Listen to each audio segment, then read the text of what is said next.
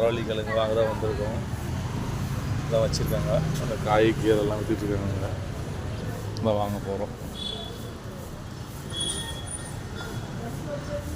இந்த பூசணி இலை கூட விற்கிறாங்க.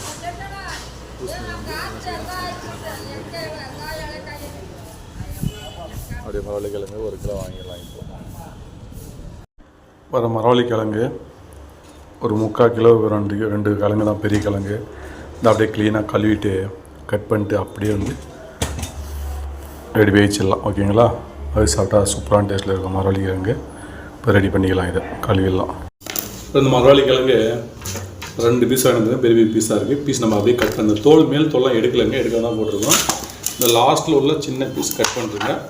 அதே போல் இந்த லாஸ்ட்டில் உள்ள பீஸ் கட் பண்ணுறேங்க. கட் பண்ணிட்டு இப்போ இலசான கிழங்கு தான், ஃப்ரெஷ்ஷாக இருக்கிற கிழங்கு. நம்ம பீஸ் வந்து எந்த அளவுக்கு பீஸ் வேணுமோ அந்த அளவுக்கு ஒரு பீஸ் வந்து கட் பண்ணிடலாம். ஒரு 4 பீஸாக கட் பண்ணிடலாம். இதை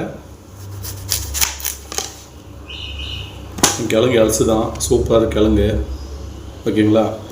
இப்போது இது வந்து அப்படியே வந்து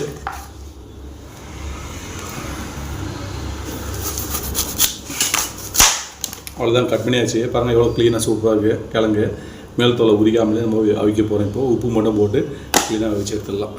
குச்சி கிழங்கு, மரவள்ளி கிழங்கு நம்ம தண்ணி ஊற்றிருக்கோம். தண்ணி ஊற்றி தேவையான உப்பு போட்டோம். அப்படியே குக்கரை மூட்டு 3 விசில் விட்டு நல்லா க்ளீனாக வேக வச்சு எடுத்துட்டு எப்படி பார்க்கலாம். இதுலேயும் அந்த மருத்துவம் நிறைய இருக்குது. ஓகேங்களா? இப்போ வந்து குக்கர் மூடி போட்டுடலாம். மூடி போட்டு குக்கர் மூடி போட்டாச்சுங்க. 3 விசில் வேக வச்சு எடுத்துடலாம். இப்போ சக்கரவள்ளி கிழங்கு இருந்ததுன்னா 2 விசில் போட்டு போதுமாக இருக்கும். அது ஒரு சுமூத்தான கிழங்கு. இது ஒரு ரஃப்பான கிழங்கு. இது கம்மி வந்து எப்படி பார்த்தாலும் ஒரு 3 விசில் தேவைப்படும். 3 விசில் வேக விட்டு க்ளீனாக வேக வச்சு எடுத்துடலாம். இப்போ ஓகேங்களா? சூப்பரான குச்சி கிழங்கு, மரவள்ளி கிழங்கு ரெடி பண்ணிடலாம். இப்போ வேக வச்சு சாப்பிட போகிறோம். அப்படி ஓகே பாருங்கள், 3 விசில் வந்துடுச்சு குச்சி கிழங்கு, மரவள்ளி கிழங்கு. இப்போ வந்து கேஸ் ஆஃப் பண்ணிடலாம்.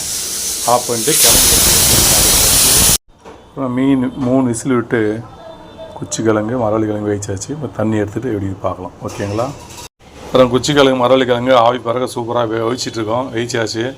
அப்படியே சாப்பிட்றலாங்க. நல்லா க்ளீனாக பாருங்கள், நல்லா சூப்பராக வெந்திருக்கு. உப்பு போட்டிருக்கேன், எப்படியும் சாப்பிட்டா தெரியும். ஓகேங்களா? அதே போல் வந்து இந்த குச்சி கிழங்கு, மரவள்ளி கிழங்கு அடிக்கடி செய்யுங்க, சாப்பிடுங்க, ரொம்ப நல்லது.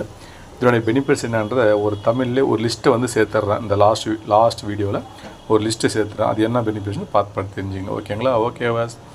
ஏற்கனவே வந்து மரவள்ளி கிழங்கு வீடியோ போட்டிருக்கேன், பெனிஃபிட்ஸ் அதுலேயும் போட்டிருக்கேன், பார்த்து தெரிஞ்சுங்க. ஓகேவாஸ்? இது வந்து சூப்பராக வெந்திருக்கு.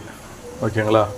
இந்த ஆனோடனே எப்படி காட்டுறோம். நல்லா க்ளீனாக பிறந்திருக்கு, அது எல்லாம் வெந்திருக்கு. ஓகேங்களா? அந்த மாதிரி நல்லா வேக வச்சுட்டு நீங்கள் இந்த தோலை எடுத்துகிட்டு கூட வேக வைக்கலாங்க. நான் வந்து தோலை எடுக்கலை. ஏற்கனவே வச்சதில் தோலை எடுத்துகிட்டு வச்சுருக்கோம். இப்போ இந்த தோலை எடுத்துகிட்டு நம்ம அப்படியே சாப்பிட்டுக்கலாம். அவ்வளோதாங்க, வேறு ஒன்றும் இல்லைங்க. ஓகேவாஸ்?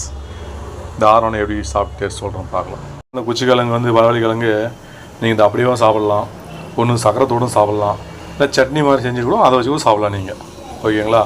சக்கரை பிடிச்சா சக்கரை போட்டு சாப்பிட்லாம், அப்படியே வேணால் அப்படியே சாப்பிட்டுக்கலாம். இல்லை ஒரு சட்னி கூட செஞ்சு சூப்பராக சாப்பிட்லாம். டேஸ்ட்டாக அருமையாக இருக்கும். ஓகேங்களா? இப்போ சூப்பராக வெந்துட்டுருக்கு, அப்படியே சாப்பிட்லாம். இப்போ கிழங்கு வந்து சூப்பராக வெந்திருக்கு. பாருங்கள், தோல் மட்டும் தனியாக வந்துடுச்சு. இந்த பீஸ் வந்து பார்த்தீங்கன்னா கிழங்கு அப்படியே தனியாக வந்துருக்கு பீஸு. பாருங்கள், அந்தளவுக்கு நல்லா க்ளீனாக வேக வச்சுருக்கோம், நல்லா வெந்திருக்கு. இப்போ நீங்கள் சட்னி வேணால் சட்னி போட்டுங்க, இல்லை அப்படியே சாப்பிடுங்க. இல்லை பாருங்கள், நான் சக்கரை தான் கொஞ்சம் எடுத்துருக்கேன்.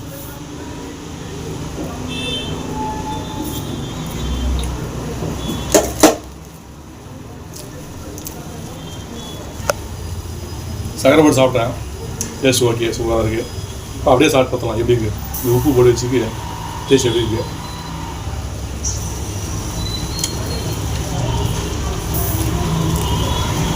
உப்புலேயும் வந்து பார்த்தா டேஸ்ட் ஓகே, சூப்பராக இருக்குது. நம்ம சக்கரை போட்டாலும் ஓகே தான் இருக்குது. இப்போதைக்கு நம்ம சட்னி எதுவும் செய்யலை, அதனால் சட்னி போடலை. நீங்கள் சட்னி தொழிலும் சாப்பிட்லாம்.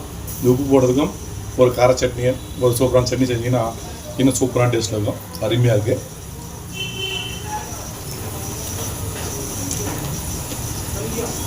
Okay bus. இப்போ குச்சி கிழங்கு நல்லா கழுவிட்டு உப்பு போட்டு இல்லை அவிச்சு எடுத்துகிட்டு சர்க்கரையோ நல்லா அப்படியே சாப்பிட்றதோ ஒரு சூப்பரான கார சட்னி. இந்த உப்பு போட்டு வேச்சிக்கிறதுக்கும் இந்த கார சட்னி போட்டு சாப்பிட்றதுக்கு டேஸ்ட்டு வேறு லெவல் தான் இருக்கும். ஓகே வச்சு நீங்கள் குச்சி கிழங்கு வேச்சிட்டு அவிச்சு சாப்பிட்டு எப்படி இருக்குது அப்படிங்கிறத கமெண்ட்டில் சொல்லுங்கள். ஓகே வஸ். அனைவருக்கும் வணக்கம். எவ்வளோ நீங்களே செய்யுங்க, செஞ்சு பாருங்கள், சாப்பிட்டு பார்த்துட்டு கமெண்ட்டில் கண்டிப்பாக அவசியம் எப்படி சொல்லுங்கள். Okay bus.